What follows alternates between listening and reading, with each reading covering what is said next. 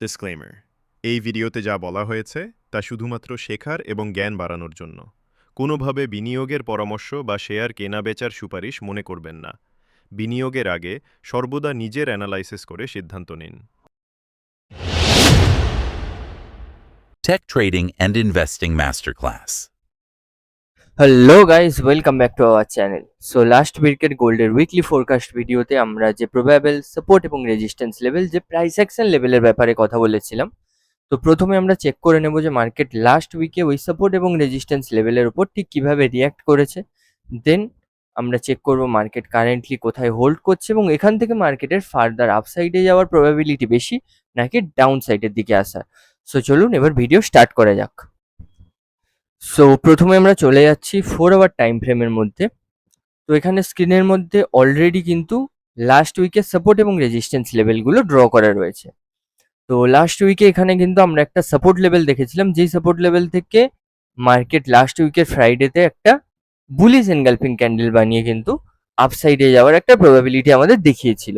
এবং ওখান থেকে কিন্তু লাস্ট উইকের মানডেতে মার্কেট একটা গ্যাপ আপ ওপেনিং করেছিল এবং ওখান থেকে কিন্তু মার্কেট আবার ডাউন হয়েছে এবং ওখান থেকে আবার ওপরের দিকে গেছে এবং ওখান থেকে আবার ডাউন হয়েছে। বাট মার্কেট কিন্তু এই রেঞ্জের মধ্যেই ট্রেড করেছে এবং মার্কেট লাস্ট উইকে যে সাপোর্ট থেকে ফ্রাইডেতে ওপরের দিকে উঠেছিল ওই সাপোর্ট লেভেলে কিন্তু মার্কেট এই উইকেও আবার সাপোর্ট নিয়েছে এবং লাস্ট ট্রেডিং ডে মিনস এই লাস্ট ফ্রাইডেতে কিন্তু মার্কেট সেম সাপোর্ট লেভেলের ওপর আবার সাপোর্ট নিয়েছে। মিনস এই সাপোর্ট লেভেলটা, যে সাপোর্ট লেভেলটার অলমোস্ট ভ্যালিউ রয়েছে 4020, তো এই সাপোর্ট লেভেলটার ওপরে কিন্তু মার্কেট খুব ভালোভাবে রিয়্যাক্ট করেছে। তো এই ছিল আমাদের লাস্ট উইকের প্রাইস অ্যাকশনের লেভেল, যা রেসপেক্টে কিন্তু মার্কেট খুব ভালোভাবে রিয়্যাক্ট করেছে। তো এবার দেখে নেওয়া যাক কামিং উইকের জন্য আমাদের চার্টের অ্যানালিসিস কী কী রয়েছে এবং সাপোর্ট এবং রেজিস্ট্যান্স লেভেল কী কী রয়েছে। তো মার্কেট 4 আওয়ারের যে লাস্ট টু লাস্ট ক্যান্ডেলটা, যেটা একটা বুলিশ ডোজি টাইপের প্যাটার্ন ক্রিয়েট করেছে, তো ওই প্যাটার্নটা কিন্তু মার্কেট একটা সাপোর্ট লেভেলের উপর ক্রিয়েট করেছে, যেই সাপোর্ট লেভেলে মার্কেট অলরেডি 3 থেকে 4 বার সাপোর্ট নিয়েছে। মিনস এটা কিন্তু আমাদের জন্য একটা স্ট্রং সাপোর্ট লেভেল, যার অলমোস্ট ভ্যালিউ রয়েছে 4000 থেকে 4020। তো এই সাপোর্ট লেভেলের ওপরে কিন্তু মার্কেট 3 থেকে 4 বার সাপোর্ট নিয়েছে। এই স্ট্রং সাপোর্ট লেভেল থেকে মার্কেট কিন্তু একটা ফার্দার আপসাইড মোমেন্টাম ক্রিয়েট করার চেষ্টা করছে, বাট এই মোমেন্টাম তখনই স্টে করবে যদি মার্কেট এই ডাব্লিউ প্যাটার্নটাকে কমপ্লিট করে এবং ডাব্লিউ প্যাটার্নের নেকলাইন যে রেজিস্ট্যান্স লেভেলটা রয়েছে, যার অলমোস্ট ভ্যালিউ রয়েছে 4100, এই বড় ডাব্লিউ প্যাটার্নটা থেকে মার্কেট ব্রেকআউট করে এবং দেন নেক্সট যে রেজিস্ট্যান্স লেভেলটা রয়েছে, এখানেও কিন্তু মার্কেট অলরেডি 3 থেকে 4 বার রেজিস্ট্যান্স নিয়েছে, যার অলমোস্ট ভ্যালিউ রয়েছে 4130। তো মার্কেট প্রথমে ডাব্লিউ প্যাটার্নের নেকলাইন, যার ভ্যালিউ আছে 4100, ওটাকে ব্রেকআউট করে দেন 4130-এর ওই অ্যাক্রস রেজিস্ট্যান্স লেভেলটাকে যদি ব্রেকআউট করতে পারে, মার্কেটের মধ্যে কিন্তু আমরা একটা বড় আপসাইড মোমেন্টাম দেখতে পাবো। তো মার্কেটের এই বড় আপসাইড মোমেন্টামের পথে এরপর নেক্সট বড় বড় রেজিস্ট্যান্স লেভেল কোনগুলো হবে ওটা দেখে নেওয়া যাক। তো এবার আমরা 1 ডে টাইম ফ্রেমের মধ্যে চলে যাচ্ছি। তো এখানে একটা জিনিস আমরা দেখতে পাচ্ছি, মার্কেট কিন্তু লাস্ট বেশ কিছুদিন ধরেই একটা রেঞ্জের মধ্যে ট্রেডিং করছে, যেখানে অলমোস্ট আপার রেঞ্জ রয়েছে এটা এবং অলমোস্ট লোয়ার রেঞ্জ রয়েছে এই লেভেলটা।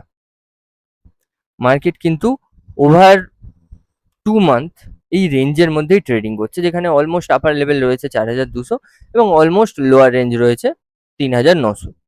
তো মার্কেট এই 4200 অথবা 3900 যখনই এই দুটো লেভেলের মধ্যে যে কোনো একটা লেভেলকে ব্রেকআউট বা ব্রেকডাউন করবে, দেন মার্কেটের মধ্যে কিন্তু আমরা একটা বড় ডাইরেকশনাল মুভমেন্ট দেখতে পাবো। যদি ব্রেক আউট করে দেন আমরা আপসাইডে একটা বড় মোমেন্টাম দেখতে পাবো এবং সিমিলারলি যদি মার্কেট সাকসেসফুলি ব্রেক ডাউন করে দেন কিন্তু আমরা মার্কেটের মধ্যে একটা বড় ডাউনসাইড মোমেন্টাম দেখতে পাবো। বাট যতক্ষণ না মার্কেট এই দুটো লেভেল থেকে ব্রেক আউট বা ব্রেক ডাউন করছে, ততক্ষণ কিন্তু মার্কেট এই রেঞ্জের মধ্যেই ট্রেডিং কন্টিনিউ করবে।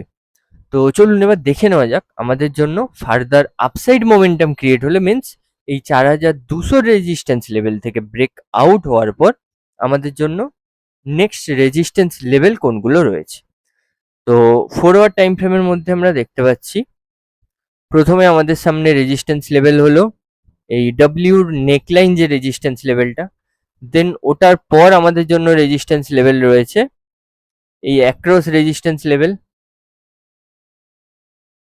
আর এই রেজিস্ট্যান্স লেভেলের পর আমাদের সামনে নেক্সট রেজিস্ট্যান্স লেভেল রয়েছে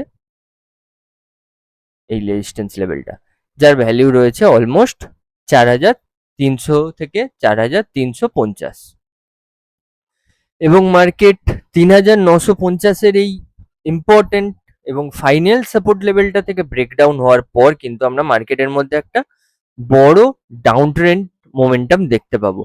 তো মার্কেট এই 3950-এর সাপোর্ট লেভেলটা থেকে ব্রেকডাউন হওয়ার পর মার্কেটের জন্য ইমিডিয়েট এবং লাস্ট সাপোর্ট লেভেল কোনটা হবে? তো 3900-র পর আমরা দেখতে পাচ্ছি এই লেভেলে মার্কেট কিন্তু বেশ কিছুটা সময় স্পেন্ড করেছে, এটার ভ্যালু রয়েছে অলমোস্ট 3700। তো 3900-র এই সাপোর্ট লেভেল থেকে ব্রেকডাউনের পর কিন্তু আমরা মার্কেটে প্রথম যে সাপোর্ট লেভেলটা দেখতে পাবো ওটার অলমোস্ট ভ্যালু রয়েছে 3800, বাট এই সাপোর্ট লেভেলটার মধ্যে স্ট্রেংথ কম। সো মার্কেট কিন্তু এই 3800-র এই সাপোর্ট লেভেল থেকে ব্রেকডাউন করে ফাইনাল যে সাপোর্ট লেভেলটা অবধি পৌঁছতে পারে তার অলমোস্ট ভ্যালু রয়েছে 3700। এই ছিল আমাদের নেক্সট উইকের সাপোর্ট রেজিস্ট্যান্সের প্রেডিকশন।